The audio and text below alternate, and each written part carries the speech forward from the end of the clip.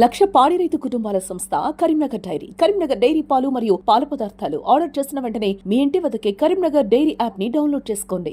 Welcome to Suman TV. నేను మీ సదాచారి. ప్రస్తుతం మనం కరీంనగర్ డైరీ చైర్మన్ చెల్మల రాజేశ్వరరావు గారితో ఉన్నాము. ఒక మారుమూల గ్రామంలో జన్మించి 15 సంవత్సరాలు ఏకగ్రీవంగా సర్పంచ్గా ఎన్నికై ప్రజాసేవల్లో ఉండి రైతులకు ప్రత్యామ్నాయ ఆదాయ మార్గం పాడి పరిశ్రమని గ్రహించి పాడి పరిశ్రమలోకి అడుగుపెట్టారు చెల్మల రాజేశ్వరరావు గారు. ప్రస్తుతం ఆయనతో మనం ఉన్నాం. రీసెంట్ గా తను కేరళ రాష్ట్రం నుంచి క్షీర విప్లవ పితామహుడైన డాక్టర్ వర్గీస్ కురియన్ జన్మస్థలమైన కేరళ రాష్ట్రం నుంచి ప్రతిష్టాత్మక outstanding dairy professional 2025 award పొందారు. తెలంగాణ రాష్ట్రం నుంచి పొందిన ఈ అవార్డు పొందిన ఒకే ఒక్కరు చెల్మల రాజేశ్వరరావు గారు. ప్రస్తుతం ఆయనతో మనం ఉన్నాము. ఆయన మాటల్లో మనం తెలుసుకుందాం. నమస్తే సార్. నమస్కారం సార్, తెలంగాణ రాష్ట్రం నుంచి కేరళ రాష్ట్రం నుంచి అవార్డు పొందడం మీకు ఎలా అనిపిస్తుంది? చాలా సంతోషం. ఎందుకంటే ముఖ్యంగా father of white revolution doctor Verghese Kurien స్వస్థలమైనటువంటిది క్యాలికట్ కేరళ రాష్ట్రంలో ఉంది. అక్కడనే ఈ కాన్ఫరెన్స్ పెట్టడం జరిగింది. సదరన్ డైరీ కాన్ఫరెన్స్ ఈ ఇండియన్ డైరీ అసోసియేషన్ ద్వారా. ఈ ఇండియన్ డైరీ అసోసియేషన్లో 4 జోన్స్ ఉంటాయి: south, east, west, north. Okay. So ఈ 4 జోన్లల్లో ఎక్కడ ఏ జోన్లో అంటే ఇప్పుడు ఈ సౌత్ జోన్ మొన్న మీటింగ్ పెట్టింది. సౌత్ జోన్లో 6 రాష్ట్రాలు ఉంటాయి. 6 రాష్ట్రాల్లో తమిళనాడు, కర్ణాటక, కేరళ, దాని తర్వాత పాండుచ్చేరి, ఆంధ్రప్రదేశ్, తెలంగాణ. ఈ 6 రాష్ట్రాల లోపట్ల జరిగినటువంటి అభివృద్ధి కార్యక్రమాలు, ముఖ్యంగా డైరీ సెక్టర్ లోపట్ల ఏ విధంగా డైరీస్ డెవలప్ అవుతున్నాయి, ఆ డైరీ ద్వారా రైతులకు ఏ విధంగా ఆర్థికంగా అభివృద్ధి చెందుతుండ్రు, తర్వాత వాళ్ళు ఏ విధంగా వెల్ఫేర్ యాక్టివిటీస్ చేస్తుండ్రు, పశువులకు కావచ్చు, మనుషులకు కావచ్చు, వాళ్ళకు రైతుల యొక్క ఆర్థిక పరిస్థితి మెరుగుపరిచేందుకు వీళ్ళు తీసుకున్నటువంటి చర్యలు ఏంది, వీళ్ళ సంస్థ ఏ విధంగా నడుస్తుంది, ఇవన్నిటి కూడా పరిగణలోకి తీసుకొని మరి తెలంగాణ రాష్ట్రం లోపట్ల మరి కరీంనగర్ డైరీని సెలెక్ట్ చేసి మరి మనకు outstanding dairy professional award 2025కు ఎంపిక చేసినందుకు నిజంగా అందరికి కూడా నా యొక్క హృదయపూర్వక నమస్కారాలు తెలియజేస్తున్నాను. ప్రజాసేవలో ఉన్నారు, అగ్రికల్చర్ బిఎస్సి పట్టా పొందారు. అంటే పారిశ్రామిక వైపు మీ అడుగులు పడడానికి అంటే ప్రధాన ఉద్దేశం ఏంటంటారు? నేను డైరీకి రావడానికి ముఖ్య కారణము నా సర్పంచ్ ప్రస్థానం లోపల 14 సంవత్సరాలు నేను సర్పంచ్ ఉన్నప్పుడు మా ఇంటి పక్క పొంటి ఒక రైతు తన తండ్రి హాస్పిటలైజ్ అయితే అప్పుడు 2 లక్షలు 3 లక్షలు ఖర్చు అయ్యాయి. ఆయనకు ఉన్నటువంటి భూమి కేవలం 20 గుంటలు. 20 గుంటల భూమిలో ఆయన కుటుంబాన్ని పోషించుకోవాలి, మళ్ళీ ఖర్చులను ఎలా తీసుకోవాలి, అదేవిధంగా మళ్ళా ఈ అప్పులను కట్టుకోవాలని అంటే చాలా బాధపడ్డాడు. ఒక రోజు నేను సర్పంచ్ కనుక దగ్గరకు వచ్చి క్షుణ్ణంగా డిస్కస్ చేయడం జరిగింది. అప్పుడు నాకు అనిపించింది, రైతు కేవలం ఒక వ్యవసాయాన్ని నమ్ముకుంటుండు, వ్యవసాయం మన చేతులు లేదు. ఎందుకంటే వ్యవసాయం మంచిగా పంటలు పండాలంటే కాలం మంచి కావాలంటే భగవంతుని చేతిలో. సో ఇవన్నీ తీరా ఇవి అయిపోయిన తర్వాత కూడా రేట్ మన కంట్రోల్లో లేదు. సో అందుకొరకు అస్యూర్డ్ ఇన్కమ్ ఉండాలంటే ఈ ఒక్క పాడి పరిశ్రమ ద్వారానే మనం ఫ్యాట్ SNF మీదనే రేట్ డిక్లేర్ చేసి ముందే ఇస్తాం వాళ్ళకు పాంప్లెట్ రూపం. సో ఆయన ఎన్ని పాలు ఇస్తాడు, ఎంత క్వాలిటీ ఇస్తాడు, దాని మీదకి వెళ్ళి వాళ్ళకు అస్యూర్డ్ ఇన్కమ్ ఉంటుంది. 15 రోజులకు ఒకసారి డబ్బులు వస్తాయి కనుక ఆ రైతు దీనికి నష్టం జరగకుండా, వ్యవసాయంలో నష్టం జరిగినా కూడా ఆ నష్టాన్ని కొంత దీని ద్వారా పూరించుకునేందుకు వీలుంటుంది అనే ఉద్దేశంతోనే మరి డైరీ సెక్టర్కి రావడం జరిగింది. అలాగే సార్, కరీంనగర్ డైరీ అంటే ఇప్పుడు మీరు ప్రజాసేవ నుంచి పాడి పరిశ్రమ వైపు వచ్చారు. కరీంనగర్ డైరీ చైర్మన్గా బాధ్యతలు స్వీకరించినప్పుడు అప్పటి పరిస్థితులు ఎలా ఉండేది? ఇప్పుడు అంటే కరీంనగర్ డైరీని తెలంగాణలో నెంబర్ 1గా నిలిపారు. అప్పుడు పరిస్థితి ఎలా ఉండేది? మీరు చైర్మన్గా బాధ్యతలు స్వీకరించిన టైంలో కరీంనగర్ డైరీ పరిస్థితి ఏంటి? ఫస్ట్ నేను ఎందుకంటే చిన్న గ్రామం నుంచి వచ్చినటువంటి వ్యక్తిగా, 14 సంవత్సరాలు గ్రామ సర్పంచ్గా చేసినటువంటి వ్యక్తిగా, రైతులు పడేటువంటి ఒక బాధలను కళ్ళనిండా చూసినటువంటి వ్యక్తిగా, రైతులకు ఆల్టర్నేట్ సోర్స్ ఆఫ్ ఇన్కమ్ మనం డెవలప్ చేయకుంటే వాళ్ళు గత్యంతరం లేని పరిస్థితి లోపల వ్యవసాయాన్ని నమ్ముకొని ఉంటారు కనుక వ్యవసాయంలో నష్టం జరిగినప్పుడు వాళ్ళ ఖర్చులు ఎలా తీసుకోగా ఇవన్నీ కూడా దృష్టిలో పెట్టుకొని అప్పులు తీర్చలేని పరిస్థితి లోపల రైతు ఆత్మహత్యకి వెళ్తుంది ఆస్కారం. సో నేను ఒక అగ్రికల్చర్ గ్రాడ్యుయేట్గా, బిఎస్సి అగ్రికల్చర్ చేసినటువంటి వ్యక్తిగా రైతులను పూర్తిగా నేను స్టడీ చేసి ఏదైతే వ్యవసాయానికి అనుబంధంగా ఉన్నటువంటి పరిశ్రమలన్నీ కూడా నేను స్టడీ చేసిన. ఓన్లీ పాడి పరిశ్రమ ద్వారానే మరి రైతుకు మేలు జరుగుతుందనే ఉద్దేశంతో మరి నేను రాజకీయ ప్రస్థానం నుంచి మరి సేవా ప్రస్థానం కొరకు దీనికి రావడం జరిగింది.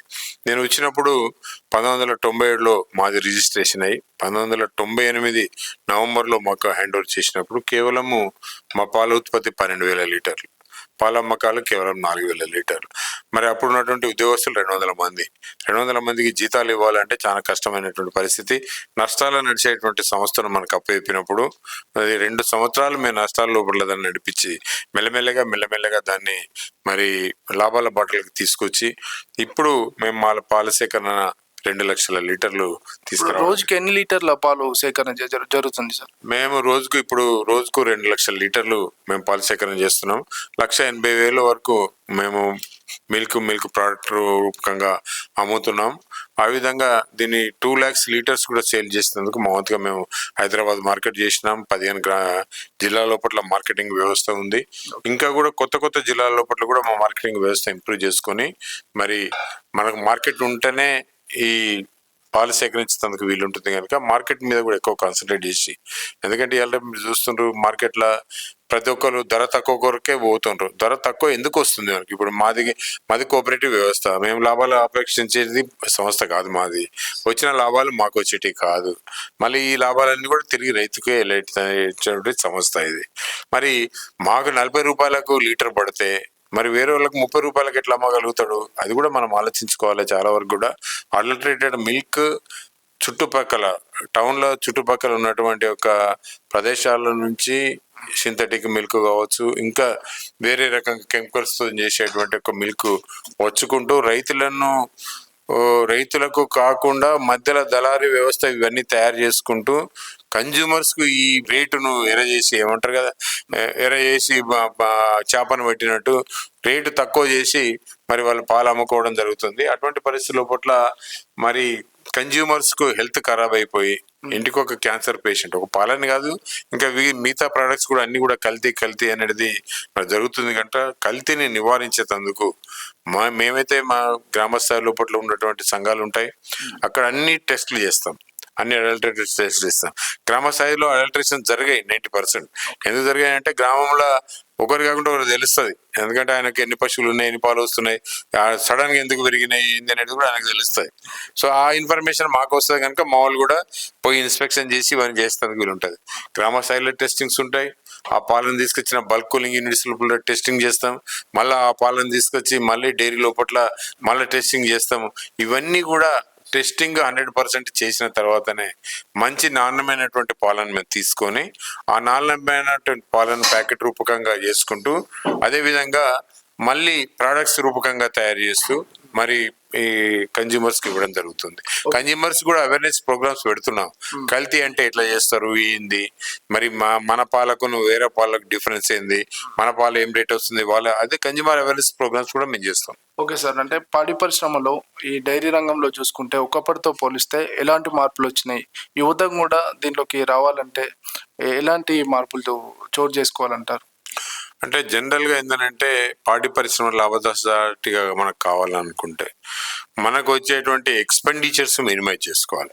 ఫస్ట్ ఏంటంటే మంచి బ్రీడ్ని సెలెక్ట్ చేసుకోవాలి. పాలు ఎక్కువ ఇచ్చే నాణ్యత కలిగినటువంటి పశువులను మనం సెలెక్ట్ చేసుకున్నప్పుడు మరి ఆ రైతుకు లాభం జరిగేందుకు ఆస్కారం ఉంది. రెండవది పశువు ఆరోగ్యం గురించి కూడా మనం చూసుకోవాలి. ఎందుకంటే అది కొంత బీమారీ అయితే పాలు కూడా తగ్గుతాయి. దాని తర్వాత రెగ్యులర్గా కూడా వాటిని మెయింటెనెన్స్ మంచిగా ఉండాలి. మనం అన్నెసెసరీ ఎక్స్పెండిచర్స్ చేసుకోకుండా మరి లాభసాటిగా రావాలని అంటే ఖర్చులను మినిమైజ్ చేసుకొని మనకు ఎంత ఇన్కమ్ వస్తుంది, ఒక వ్యాపారస్తుడు వ్యాపారాన్ని ఏ విధంగా చూస్తాడో అట్లనే డైరీ ఫార్మర్ కూడా డైరీని ఎన్ని పాలు మనం ఉత్పత్తి చేస్తున్నాము, ఎన్ని డబ్బులు వస్తున్నాయి, దానికి ఎంత ఖర్చు పెడుతున్నాము, దానిలో ఏమైనా మిగులుతుందా లేకుంటే తగులుతుందా అనేది కూడా ప్రతి ఒక్కటి డీప్గా మనం సర్వే చేసుకున్నప్పుడు ఆ నష్టాలు ఎక్కడైనా ఉంటే ఆ నష్టాలను మనం పూరించుకుంటే తప్పనిసరి ఇది లాభాలు వచ్చేందుకు ఆస్కారం ఉంటుంది. యువత కూడా వచ్చేందుకు వీలు ఉంటుంది.